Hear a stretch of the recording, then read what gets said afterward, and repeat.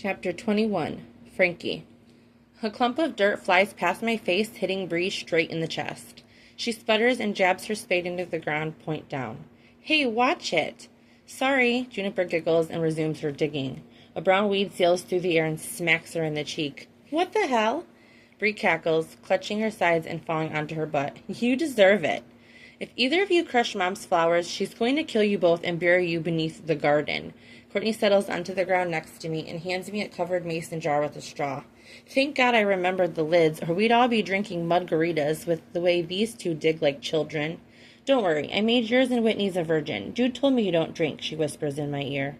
"Thanks," I murmur, finding the intense blush rising to my cheeks. My drink might be a virgin, but I'm not any longer. And the man responsible is out there somewhere making sure his family knows how I like my drinks since they banned him from accompanying me here.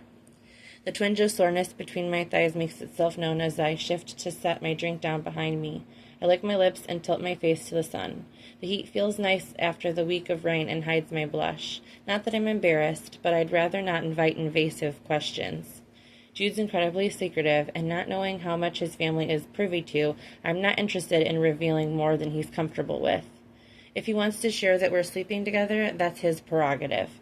I'd never hide my interest in him, but I can understand if he wants to keep me a secret. The life I currently embody isn't exactly a show-winning prize. I'm poor, homeless, jobless, not exactly the qualities you brag about to Mom and Dad. I mean, we're not even in a relationship. There isn't anything for him to tell.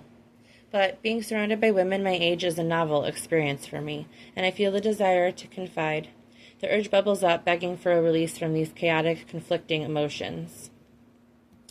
How can I feel so much for someone who I've known for such a short amount of time? I chase them back down with an icy sip.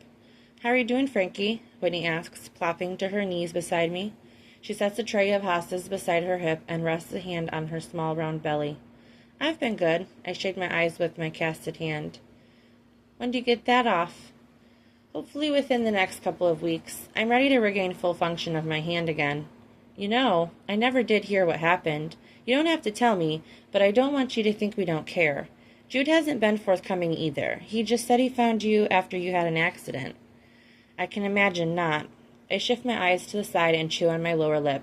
If I want to have girlfriends to confide in, this might be the proper first step. Nothing too personal, but enough to be vulnerable. Whitney bumps her shoulder with mine. "You can't blame me for being curious. He walked into my work, wearing a dirty wedding dress, with my very withdrawn brother-in-law, who looked like he was contemplating murder." Despite being outside, it feels as if the entire world falls quiet. The bickering women beside us even halt their friendly dispute. I suck in a slow breath, smelling the sweetness of spring and the earthy scent of the torn garden bed. My smile is brittle as I let my shoulders fall and tell them my tale. In the end, I wait for the flash of shame, the discomfort to rise like the tide in my stomach. In the end, all I feel is relief. "Oh, honey," Courtney wraps me in a tight hug. "Fuck that Dylan guy. You don't need a man like that."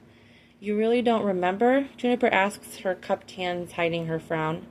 "I don't. I remember pieces, but the conversation is distorted. The next thing I can clearly recall is walking through the trees."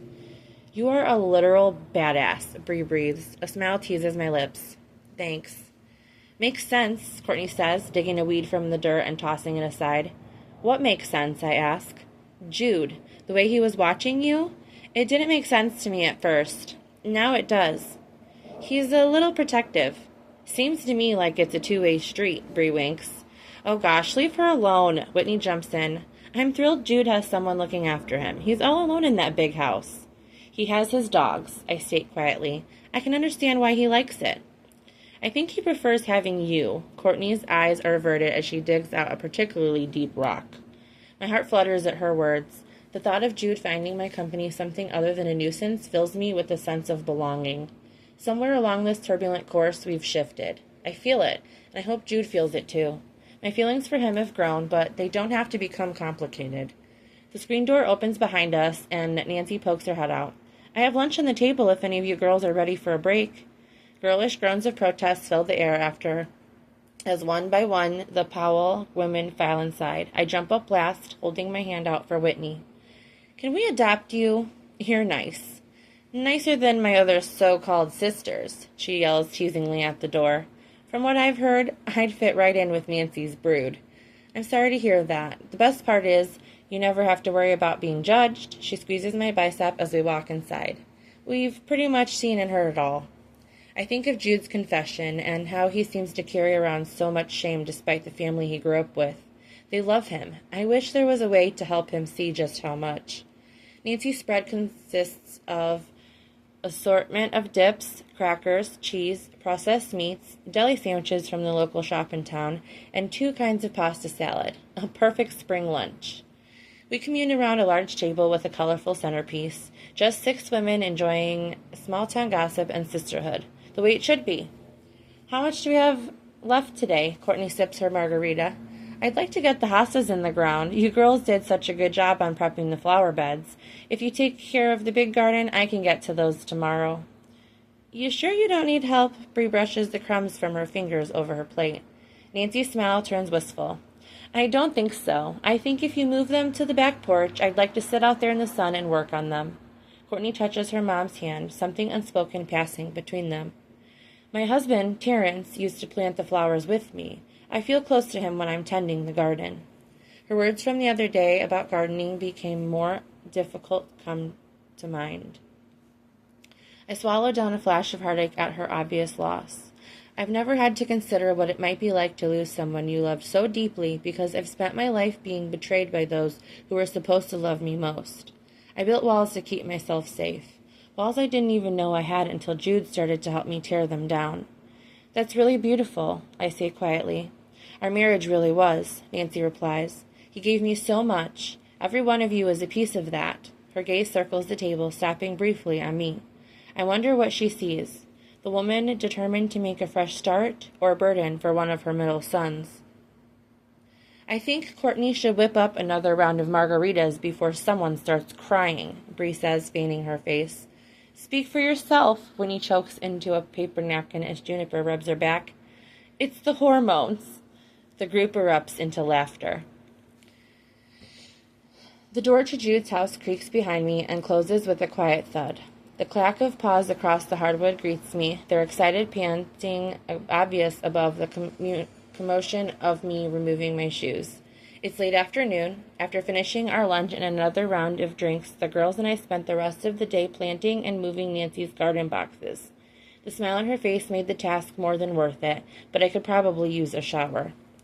The gate clicks shut at my back. A light flickers from the rarely used living room. My investigation of the source is delayed by their group of enthusiastic dogs butting against me for pets. Who am I to deny them? They offer an excuse to slow down despite my eager body nagging me to find Jude. The muscles in my legs tense, preparing to run into his arms the second he appears in the doorway. Nervous energy zips down my limbs. I straighten and fluff my fingers through my hair. It's a mess, and no amount of prepping the dirty strands will fix it. If he's shocked by a little sweathead, then he isn't the man I think he is. Considering he's the guy who screwed me after finding me caked in mud, I think I have a pretty good read on exactly who Jude Powell is. I stop in the doorway and lean against it. Hey. Even from across the room, his gaze feels like a physical caress. His stare roams lazily from head to toe, lingering in no particular place for too long. You're done early. He doesn't usually finish up until close to dinner, and not once in the last several weeks has he watched TV. I'm not even sure if he's aware it's on right now with the way he's looking at me. Couldn't focus. Something wrong? Come here, Frankie. His voice grits across my skin like the scratch of sandpaper against a rough piece of wood. I shiver at the coarse tone. I'm really dirty. I hold my arms out to display my soiled shirt. Either you come here, or I'm coming over there. The order pulls me from my stationary spot by the wall. That's not much of a threat. I like when you do all the work, and I don't like to be told what to do. You should get used to it. Yeah? I stop close but not touching him as the thrill of his words races up my spine. Jude leans forward, snagging my hands, and drags me into his lap. My thighs split into a straddle over his. Yeah. He leans back, hands tied on my hips, just holding me as he studies my face with hooded eyes. Kiss me. My stomach flips. With his attention firmly on my mouth, I can't help but run my tongue over my lips. A groan rumples in his chest, and his fingers convulse, squeezing me. His palms spanning across my hips make me feel small in his hold. Baby, kiss me. Okay, I whisper. Resting my hands on his broad shoulders, I lean in. My eyes flutter closed as my lips touch his. He lets me lead, lets me explore the feel of his mouth under mine. A current runs through me as I touch his tongue, zipping through my body as he groans and opens. I slide closer against him, pressing my thighs deep into the couch. Jude rolls his hips, his impressive bulge unyielding against my clit. I whine into his mouth. He pulls away to nip my lip. That's the kind of kiss I expect to get whenever you get home. I can't help rocking against him. I think that's an order I can follow. Good. Everything okay? I ask again, wondering what precipitated this new request. Palming the back of my head, he pulls my forehead to his and tucks my hair behind my ear. I missed you. I cup his cheeks, feeling the stubble prick my palms. I missed you too. They were good to you? Jude, you never have to worry about your family. They're always good to me. Too good. His eyes drift to the side in thought. You deserve what they give you and more. He plants a sweet kiss on my forehead and I close my eyes. So do you, I say quietly, towing the invisible line. His throat works over an audible swallow and he nods sharply. Once.